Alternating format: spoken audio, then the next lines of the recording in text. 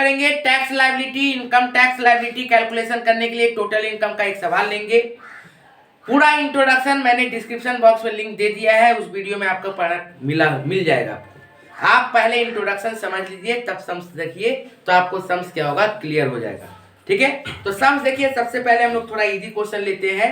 देखिए क्वेश्चन में क्या बोल रहा है, income from business, mister Sarika furnish the following information for the previous year. याद रखिएगा, टैक्स जब भी करिएगा ना, तो पहला लाइन भी बहुत इंपॉर्टेंट होता है। कोई भी क्वेश्चन का देखना पड़ता है कि जो इंडिविजुअल्स है, क्या वो गवर्नमेंट एम्प्लॉय है, क्या वो हैंडीकैप है, क्या वो सीनियर सिटीजन है, ये सब चीज हम लोगों को देखना पड़ता है।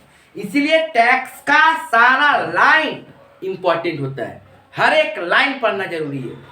ठीक है बाबू, तो देखिए सारिका क्या थी, सारिका अपना बिजनेस के बारे में, अपना इनकम के बारे में दिखा रही है। Income from business 8,50,000, loss from sale of occupied property 75,000, long term capital gain 10,000, interest on fixed deposit 20,000, dividend from Indian company 8,000, life insurance premium paid on own policy, policy value दे दिया 2,15,000 रुपया, purchase of NSC, paid for medical insurance premium, donation for the Bharat Sevashram. मतलब देखिए, हम लोग को पता है, पिछला दिन का जो वीडियो था डिस्क्रिप्शन बॉक्स में जिसका लिंक दिया हुआ है, मैंने बताया था कि टोटल 5 हेड्स ऑफ इनकम होता है।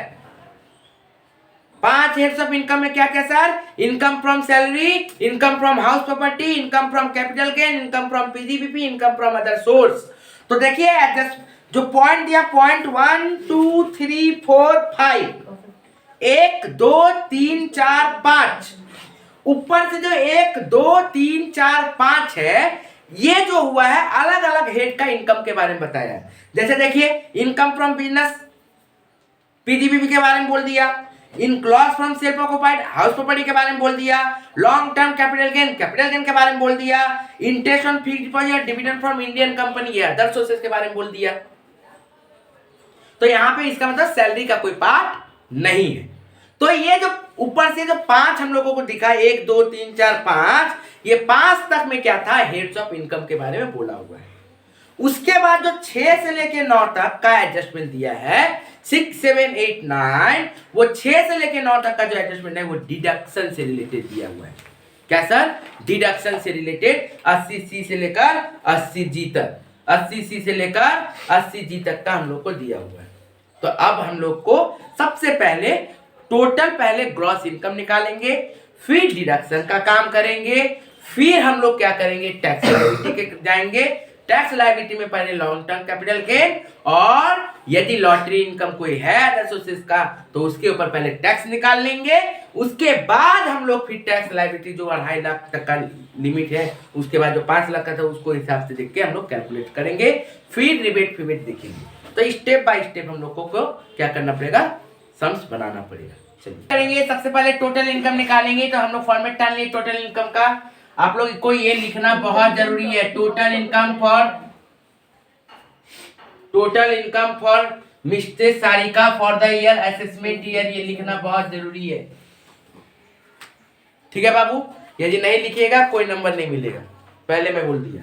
चलिए आइए, तो सबसे पहले देखिए, तो इनकम फ्रॉम सैलरी कुछ दिया है क्या, इनकम फ्रॉम सैलरी हम लोगों को कुछ दिया है क्या क्वेश्चन में, नहीं। इनकम फ्रॉम हाउस प्रॉपर्टी, उसके बाद क्या होता है, इनकम फ्रॉम हाउस प्रॉपर्टी। आप देखो बाबू, इनकम फ्रॉम हाउस प्रॉपर्टी में क्या दिया हुआ है, ध्यान से देखिए। इनकम फ्रॉम हाउस प्रॉपर्टी में हम लोगों को क्या बोल रहा है सर, बोल रहा है इनकम फ्रॉम हाउस प्रॉपर्टी में कि लॉस हुआ है 75,000। तो देख, सॉरी लॉस हुआ है क्या, नहीं, लॉस फ्रॉम सेल्फ ऑक्युपाइड। देखिए क्या बोल रहा है, loss from self occupied house, loss from self occupied house, loss from self occupied house. कितना बाबू, सेल्फ ऑक्युपाइड हाउस 75,000, डायरेक्ट बाहर निकाल दीजिए नेगेटिव। ठीक है सर, नेक्स्ट देखिए क्या बोला, लॉन्ग टर्म कैपिटल गेन। तो लिखिए लॉन्ग टर्म कैपिटल गेन मतलब इनकम फ्रॉम कैपिटल गेन में आएगा, income from capital gain. Income from capital gain के अंदर में क्या दिया गया है सर हम लोगों को, इनकम फ्रॉम कैपिटल गेन के अंदर में लॉन्ग टर्म कैपिटल गेन दिया है। क्या दे दिया, लॉन्ग टर्म कैपिटल गेन। कितना दिया बाबू, long term capital gain, long term capital gain दिया है हम लोगों को 10,000। तो लॉन्ग टर्म कैपिटल गेन हो गया 10,000। उसके बाद देखिए ध्यान से, उसके बाद क्या बोल रहा है, इनकम फ्रॉम बिजनेस। इनका मतलब, इसका मतलब कहाँ जाएगा, income from PGBP, income from PGBP. आप लोग एग्जाम में पूरा लिखिएगा, profit and gains from business और प्रोफेशन, इनकम फ्रॉम पीजीबीपी। क्या बोला है बाबू, बोल रहा है income from business, income from business, income from business, income from business. कितना बोला बाबू, ध्यान से देखिए, 8,50,000। कितना हो गया, 8,50,000। अब इसको टोटल करिए बाबू, इसका एक साथ और एक इनकम बचा हुआ, क्या, income from other sources, income from other sources. देखिए तो अदर सोर्सेज में क्या क्या दिया है, इनकम फ्रॉम अदर सोर्सेज के अंदर में ध्यान से देखो, बोल रहा है सबसे पहले इंटरेस्ट ऑन फिक्स्ड डिपॉजिट। सबसे पहले क्या बोला, interest on fixed deposit, interest on fixed deposit, interest on fixed deposit कितना दिया बाबू, ध्यान से देखिए 20,000, इंटरेस्ट ऑन फिक्स्ड डिपॉजिट 20,000। उसके साथ साथ क्या दिया है, उसके साथ दिया है LIC, लाइफ इंश्योरेंस प्रीमियम। उसके साथ क्या दिया है, सॉरी, उसके साथ क्या दिया, dividend from Indian, dividend from, dividend. उसके बाद देखिए क्या दिया, इंटरेस्ट ऑन फिक्स्ड डिपॉजिट 20,000 के बाद क्या दिया, डिविडेंड फ्रॉम इंडियन कंपनी। अब ये कोई वैल्यू नहीं रहा, पहले था कि इंडियन कंपनी है तो मत लो, पहले था इंडियन कंपनी है तो मत लो, लेकिन 21-22 में आप लोग कर सकते हो, डिविडेंड फ्रॉम इंडियन कंपनी को भी टोटल इनकम के अंदर में लाते हैं हम लोग। तो टोटल कितना हो गया सर, 28,000। ठीक है, तो अब इसको ग्रॉस टोटल इनकम करिए, टोटल ग्रॉस टोटल इनकम करके कितना आएगा बाबू, 8,13,000, 8,13,000। ये क्या हो गया मेरा, ग्रॉस टोटल इनकम, ये क्या हो गया मेरा, ग्रॉस टोटल इनकम। इसमें से हम लोगों को क्या माइनस करना पड़ेगा, इसमें से माइनस करना पड़ेगा सर, ये 8,13,000 कैसे है पता है, तो 8,50,000 प्लस 28,000 प्लस 10,000 माइनस 75,000 आ जाएगा 8,13,000। तो ये क्या हुआ, ग्रॉस टोटल इनकम 8,13,000। इसके बाद हम लोग क्या करेंगे, लेस करेंगे, क्या करेंगे, लेस क्या करेंगे, deduction, less deduction under section 80C to 80G, 80C to 80G, less deduction under section 80C to 80G। बाबू अब हम लोगों को पहले छाटना है कि कौन 80C में है, कौन 80D में है, कौन 80DD में है, कौन 80G में है, ये हम लोगों को छाटना पड़ेगा। तो ध्यान से देखो बाबू, सबसे पहले LIC प्रीमियम बोल रहा है और परचेज ऑफ NSC बोल रहा है, इसका मतलब ये कहाँ जाएगा, ये 80C का पार्ट है। हम लोगों को पता है LIC, NSC, RPF, recognise fund, ये सब कहाँ जाता है, 80C में जाता है। 80D में सर मेडिकल प्रीमियम, देखिए एडजस्टमेंट नंबर 8 बोला है पेड मेडिकल प्रीमियम, मतलब ये जाएगा 80D में। 80G में सर, 80G में डोनेशन वाला चीज आता था, याद करिए। तो देखिए चैरिटी डोनेशन दिया है 9 number adjustment, donation to Bharat Sevashram 4,000 रुपया, तो ये भी बड़ा याद है सर, तो ये वाला भी 80G में जाता है। तो डिडक्शन हम लोगों को, इसका मतलब हम लोग को 6-7 बोला 80C से रिलेटेड, 8वां नंबर एडजस्टमेंट बोला 80D से रिलेटेड और 9वां नंबर एडजस्टमेंट बोला 80G से रिलेटेड। तो आइए सबसे पहले अंडर 80C, 80C के अंदर में क्या क्या बाबू, 80C के अंदर में सबसे पहले LIC प्रीमियम, LIC प्रीमियम। ध्यान से देखो बाबू, हम लोगों का LIC प्रीमियम का क्या नोट दिया हुआ था कि LIC प्रीमियम सच में याद रखिएगा, कभी भी 10% ऑफ पॉलिसी वैल्यू से ज्यादा नहीं हो सकता। LIC premium maximum 10% of policy value, LIC premium maximum आप 10% ऑफ पॉलिसी वैल्यू से ज्यादा नहीं दे सकते हो। तो देखिए बाबू ध्यान से, पॉलिसी वैल्यू कितना दिया, 2 लाख, तो पॉलिसी वैल्यू 2 लाख दिया हुआ है, तो 2 लाख का 10% कितना होता है, 20,000, लेकिन क्वेश्चन में प्रीमियम कितना दिया है, 15,000, चलेगा।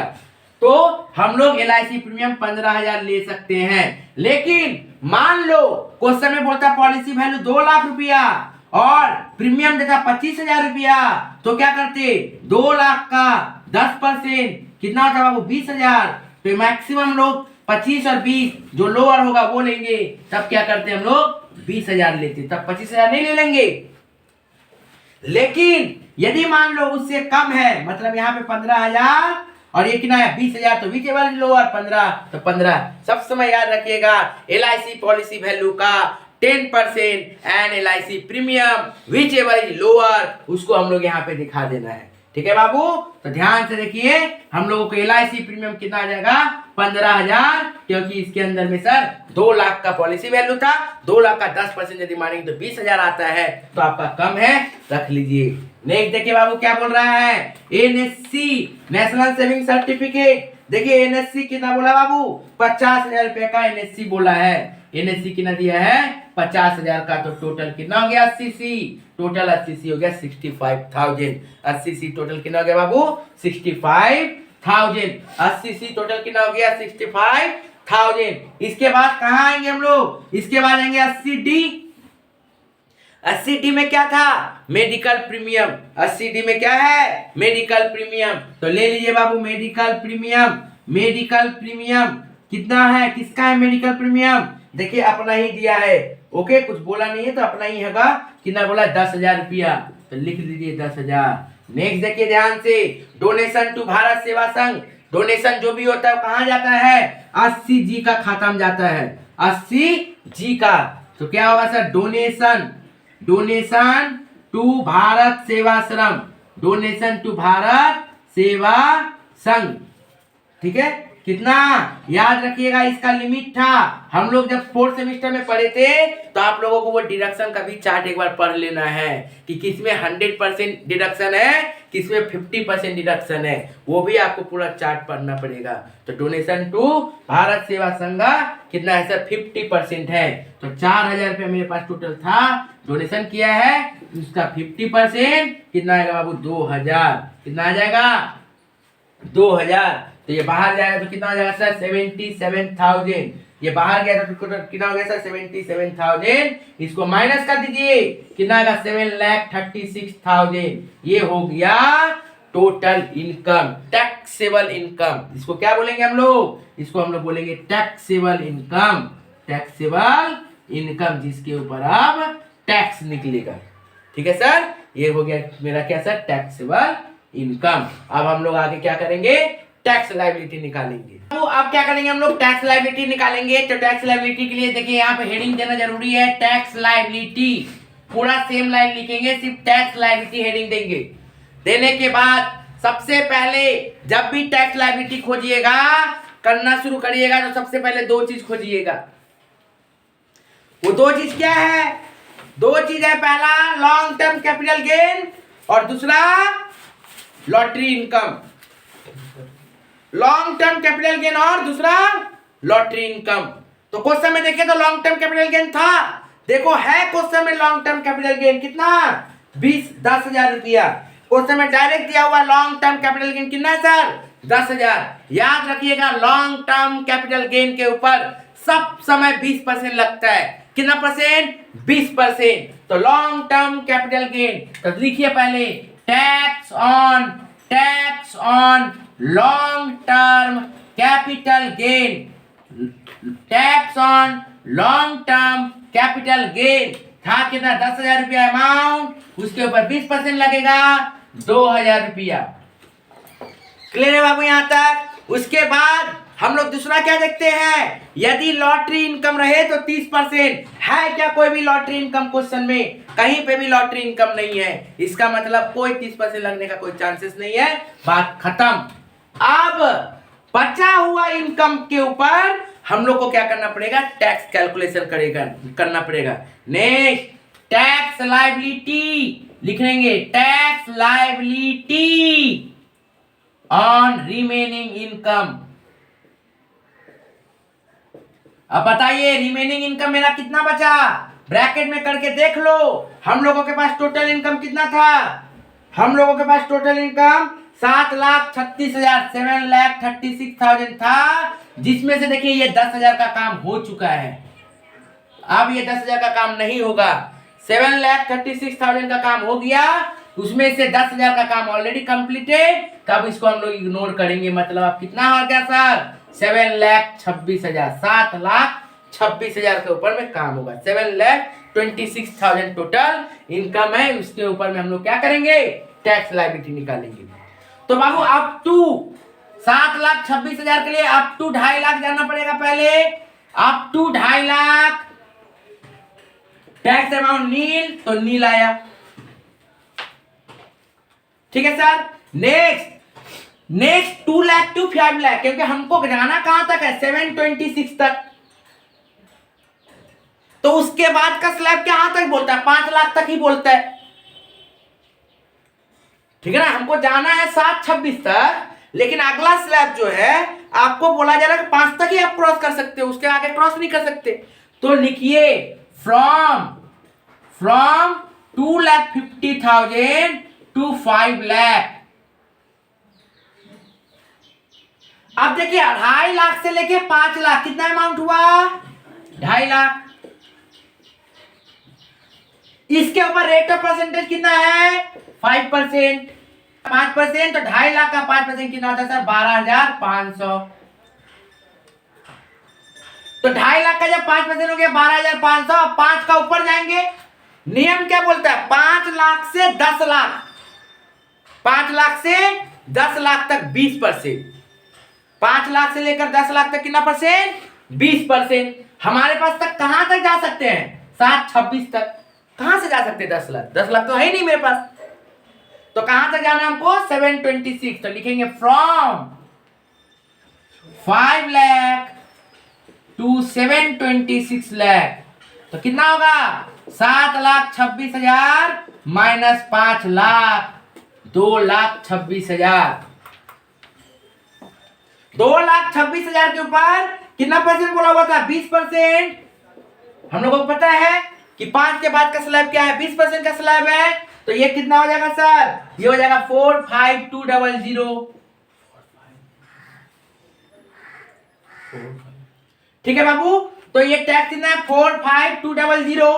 अब इसको हम लोग टोटल कर दीजिए, टोटल करिएगा तो मेरा टैक्स कितना हो जाएगा, 4,9,700, सॉरी 5,9,700। टोटल करिए यहां से लेके यहां तक तीनों का। ठीक है, तो कितना हो गया टैक्स लायबिलिटी, 5,9,700। ये ग्रॉस टैक्स लायबिलिटी है, ग्रॉस टैक्स लायबिलिटी 5,9,700। इसमें से लेस रिबेट 87A क्या मिलेगा, 87A के हिसाब से रिबेट मिलेगा क्या, नहीं मिलेगा। क्यों नहीं मिलेगा, क्योंकि बोला हुआ था कि उसका टोटल इनकम कभी भी 5 लाख से यदि ज्यादा हो जा रहा है तो उसको टैक्स लायबिलिटी में कोई भी रिबेट नहीं मिलेगा। यहाँ पे 5 लाख से बहुत ज्यादा है तो टैक्स लायबिलिटी यहाँ पे नहीं, रिबेट नहीं मिलेगा, तो रिबेट नील हो गया। तो कितना हो गया सर, नेट टैक्स लायबिलिटी 5,9,700। तो ये हुआ मेरा टैक्स लायबिलिटी। टैक्स लायबिलिटी आने के बाद मैंने क्या बोला था, टैक्स लायबिलिटी आने के बाद मैंने बोला था शेष। शेष मैंने कितना परसेंट बोला था, 4%। शेष मैंने कितना परसेंट बोला है, 4% बोला है। तो लिखिए ऐड शेष 4%। तो ये जो मेरा इनकम आएगा 5,9,700, उसके ऊपर 4% मारेंगे। ये जो 5,9,700 है उसके ऊपर 4% मारेंगे तो कितना आ जाएगा, 2,388। अब इसको ऐड कर दीजिए, तो ऐड करने के बाद कितना आएगा, 6,2,188, सॉरी 6,2,088।